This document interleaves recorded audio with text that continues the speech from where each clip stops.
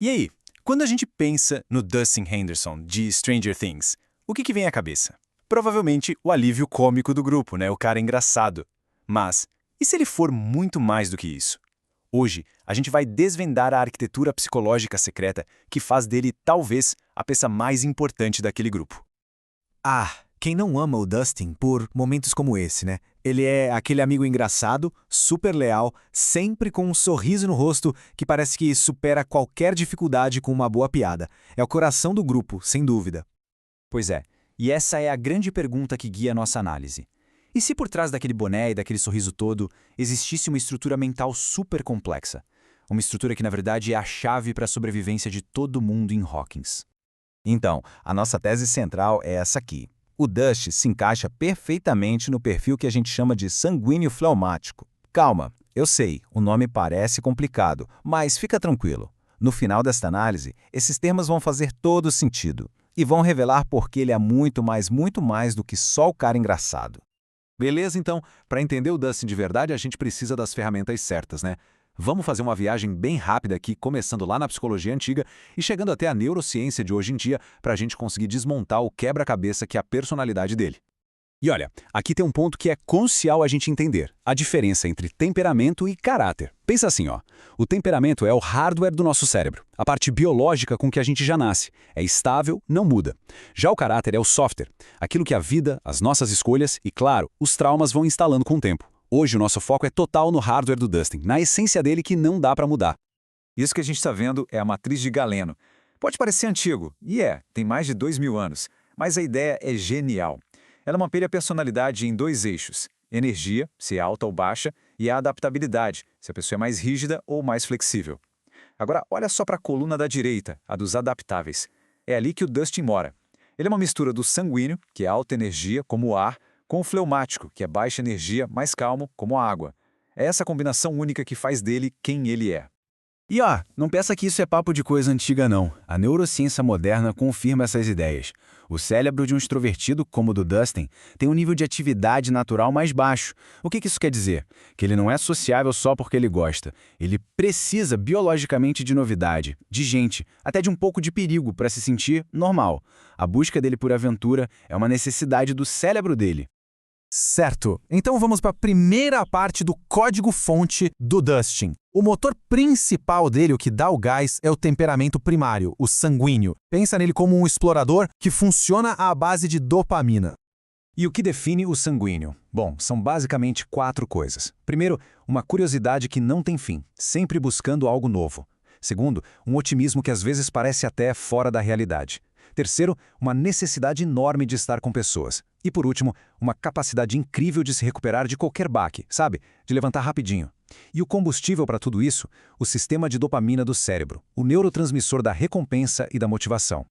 E o mais legal é quando a gente vê essa teoria na prática. Vamos pegar um exemplo clássico, o Dustin. Lembram daquela criaturinha do mundo invertido? A decisão do Dustin de levar ele para casa não foi burrice, de jeito nenhum. Foi um reflexo perfeito do temperamento sanguíneo dele. Olha só como a cabeça dele funcionou. Primeiro, a descoberta. Uau, uma criatura que a ciência não conhece. Segundo, a emoção, aquela descarga de dopamina, a adrenalina da novidade. Terceiro, o otimismo. Ele deve ser amigável, eu consigo controlar. E por último, o impulso. Esconder o bicho de todo mundo, ignorando completamente o perigo óbvio.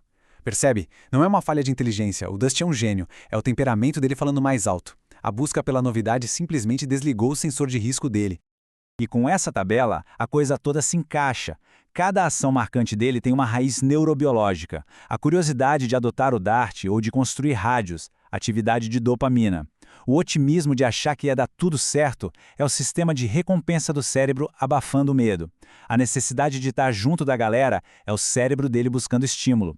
Não são traços aleatórios, sabe? É o jeito que o cérebro dele foi programado para funcionar. Só que tem um porém. Se ele fosse só sanguíneo, o Dustin seria o puro caos. O que equilibra a balança e faz dele um herói é a sua camada secundária, o lado fleumático. É o diplomata calmo, o estabilizador do grupo. A analogia do carro aqui é perfeita. O temperamento sanguíneo é aquele motor potente, querendo acelerar o tempo todo em direção à próxima aventura. Mas o fleumático? O fleumático são os freios e a direção. É o que garante que o carro não vai sair da estrada e que vai chegar no destino em segurança.